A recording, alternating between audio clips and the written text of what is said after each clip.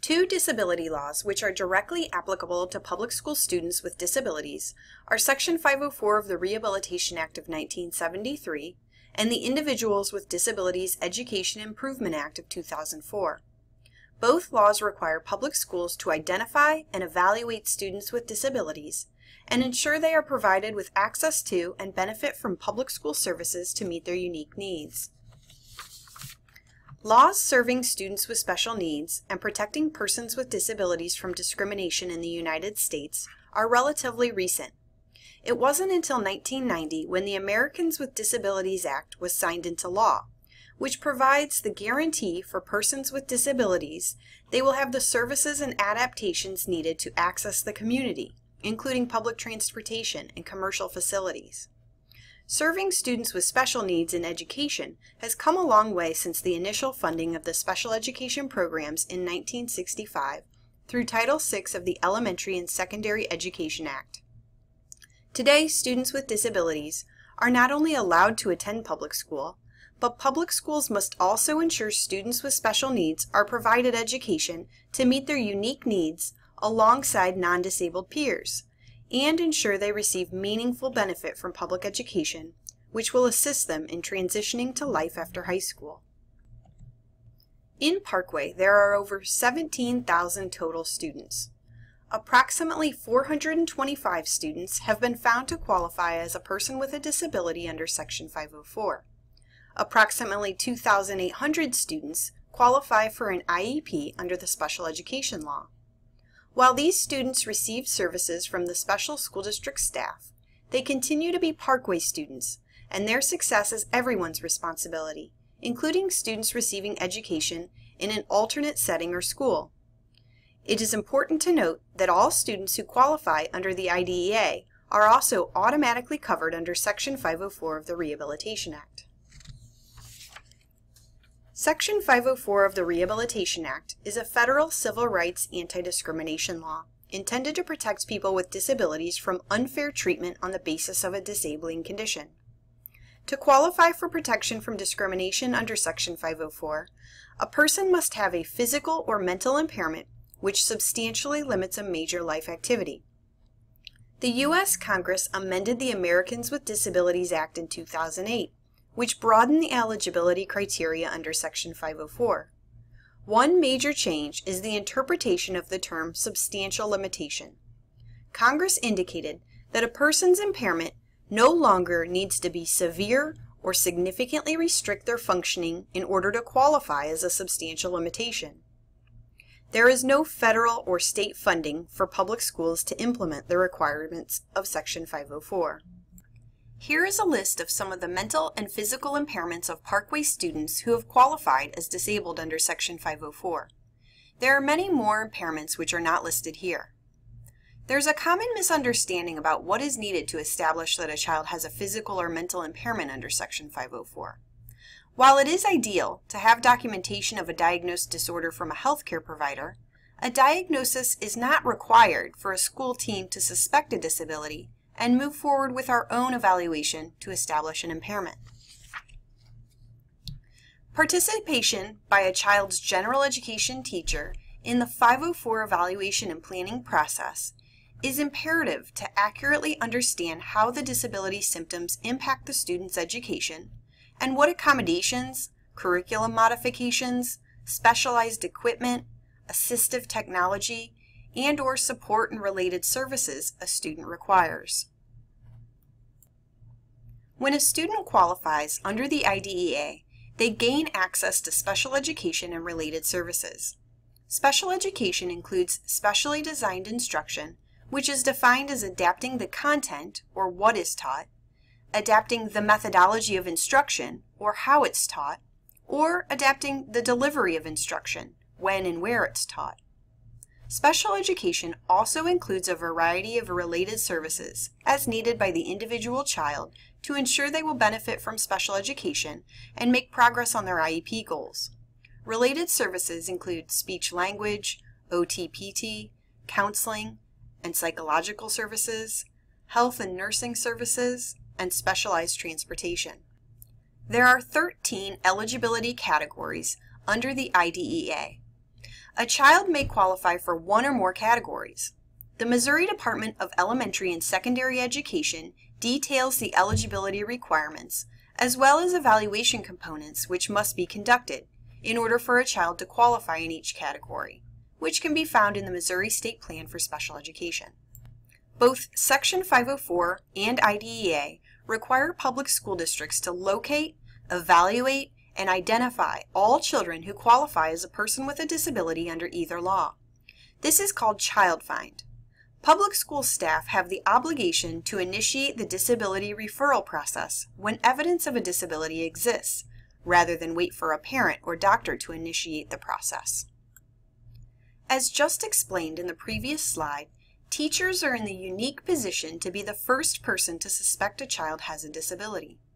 When you believe a child may need to be referred for a special education or 504 evaluation, it is very important that you clarify why you suspect the child has a disability, gather data to support your hypothesis, and document the interventions and accommodations you've attempted to address the concerns. This information is key to understanding the concerns and determining if a referral for a disability evaluation is warranted or if other intervention strategies may be needed. For assistance with data collection or intervention implementation, reach out to the specialists in your building, such as progress monitoring coaches, instructional coaches, counselors, and special education teachers. When a parent mentions or requests special education, a 504 plan, accommodations to address a diagnosed disorder, or in any other way suggests they think their child may need specialized services for a disability, then the educator must communicate that request to the school team responsible for reviewing requests. The school team must collect all available information regarding the concerns, then determine if there's reason to suspect that a child may qualify for a disability under Section 504 or IDEA. If a disability is suspected, the team must refer for evaluation under IDEA or Section 504. Special education requests must be reviewed within 30 days of the parent request, and a review of existing data meeting held within that 30 days if a special education evaluation is recommended. There are no concrete timelines for Section 504 requests, but best practice is to follow similar timelines as the IDEA. Always email the school counselor and principal or assistant principal when a parent makes a request or even just an inquiry about special needs issues. When teams are reviewing a student's information to determine if they should refer for an evaluation under Section 504 or IDEA, the team should consider whether or not accommodations and general education supports are sufficient to keep the child on track academically, behaviorally, and socially. Other considerations are the degree of impact upon the child's functioning and amount of time and exposure to direct instruction in the classroom.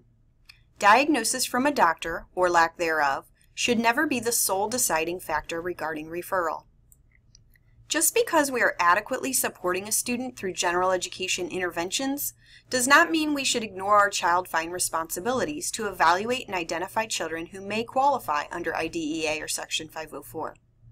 When interventions are in place long-term, or extra services are frequently needed by the student, such as counseling or supplementary instruction, then it is wise for the school team to review the student to determine if a disability referral is warranted. There are similarities and differences between 504 plans and IEPs. The primary purpose of the 504 plan is to document the supports and accommodations a child with a disability requires to ensure they are not treated unfairly or at a disadvantage because of something that's not their fault or out of their control, in other words, the disability symptoms. IEPs are intended to be an individualized educational plan to address the educational performance deficits caused by the disability. The IEP team sets annual goals for skill attainment, which include academic, developmental, and functional skills. The special education and related services are then crafted to support the child's progress toward meeting those goals. IEP teams for children 16 and up are required to create a transition plan to support the child's post-secondary goals. A variety of placement options are available to the IEP team, ranging from support in the general education classroom to the other end of the continuum, which would be services in the home or hospital setting. The least restrictive environment clause in the federal law requires schools to always place the child in general education classrooms with non-disabled peers, unless it is determined by the IEP team that the nature or severity of the child's disability prevents them from achieving goals and deriving meaningful benefit in the general education setting. In rare circumstances, some children will have both an IEP and a 504 plan. This occurs when a student has a disability which requires special education services, for example, specific learning disability in reading comprehension, as well as a separate disability which only requires general education supports and services, for example, diabetes. Ideally, all the student's needs should be included in one document, but there are some circumstances where two separate plans are appropriate. As an instructor of all students, it is your responsibility to understand each student's educational needs to ensure they make progress in the curriculum. Review the full IEP or the profile summary sheet to understand the child's disability symptoms and unique needs. Your voice is critical for the IEP or 504 team to understand what accommodations, strategies, and supports are necessary in your classroom and which are not applicable or necessary for the student to derive meaningful benefit in the classroom. Please be an active team member for students with IEPs and 504 plans. Speak up when you don't understand, need to advocate, or disagree with accommodations on the IEP or 504 plan. Any general education accommodations listed on a student's 504 or IEP are your responsibility to provide. If a student is not utilizing an accommodation or refuses when offered, document these instances and report back to the 504 or IEP case manager. To buffer against claims that you are not providing the accommodations outlined in the 504 or IEP, it is highly recommended that you document. This may be done by notes in the gradebook or Infinite Campus, handwritten log, or notations on the back of the 504 plan or IEP. If a student or parent submits a complaint to the district or the Office for Civil Rights, your documentation of provision of accommodations will be key in proving you have followed through on your responsibilities to provide what the student needs. Be sure to include IEP profile sheets or accommodations pages and 504 plans in substitute teacher folders. Attaching the student's picture from Infinite Campus to IEP information is good practice to ensure the substitute teachers can quickly identify the student. Most 504 plans already have the student's picture on them. Finally, it's your job to collaborate with the other specialists serving the student. Since you are the curriculum expert, you must work closely with the specialists when a student requires modification to the standard curriculum. Additionally, the specialists rely upon you to inform them of celebrations and concerns you observe so they can tweak services and goals to meet the needs of the student. The work of Robert Marzano has led to a better understanding of strategies that will work to improve all students' performance and skills, including students with special needs. For assistance with choosing and applying high-yield instructional strategies with struggling students or classes, reach out to your building and district supports, such as instructional coaches and curriculum coordinators. Para-educators work in both general education and special education classrooms, where there is a student or students who require support as determined by the IEP team. Para-educators work alongside and under the supervision of a licensed or certified educator. The role of the para for a particular student may include attending to the student's health or personal needs, interpreting or rephrasing what the teacher has said, physical mobility assistance, scribing, or communication skills support. The classroom teacher remains responsible for student progress, the design, implementation, and evaluation of student progress, and classroom management strategies.